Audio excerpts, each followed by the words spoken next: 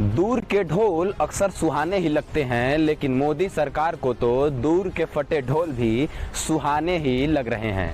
आज सरकार ऐसे ही नए अध्यादेशों का फटा ढोल किसानों के सामने पीट रही है। वो किसानों को ये नहीं बता रही है कि ढोल का तो चिथड़ा कब का यूरोपियन देशों में उड़ चुका है। सरकार अध्यादेशों के जरिए खुला बाजार, अनाज भंडारण पर छूट और फसल बेचने की आजादी देने की बात कर रही है, लेकिन अमेरिका से लेकर फ्रांस और इंग्लैंड जैसे यूरोपियन देशों में यह फार्मूला पहले ही तबाही मचा चुका है। सरकार बरगलाने की कोशिश कर रही है कि किसानों को अच्छा दाम मिलेगा, लेकिन अच्छा दाम तो न्यूनतम समर्थन मूल्य से ज्यादा ही होना चाहिए।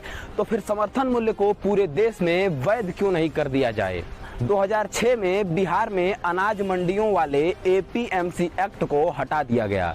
कहा गया कि इससे निजी निवेश बढ़ेगा, निजी मंडियां होंगी, किसानों को अच्छी कीमत मिलेगी, लेकिन उसे अनाज के लिए 1300 रुपए प्रति क्विंटल मिलते हैं।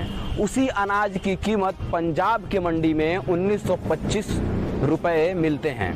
किसानों को पूंजीपतियों से बचाने के लिए एपीएमसी और न्यूनतम समर्थन मूल्य का आधार रखा गया था। इसका फायदा किसानों को मिलता है। इस वजह से सरकार चालाकी दिखाते हुए कह रही है कि हमने तो एपीएमसी को नहीं छुआ है। कुछ अनाजों से भंडारण की सीमा हटने से एक तरह से जमाखोरी के रास्ते खुल जाएंगे। सरकार के इस रवैये पर कई सवाल बनते हैं। अगर ये बिल किसान हितैषी है तो समर्थन मूल्य एमएसपी का जिक्र बिल में क्यों नहीं है?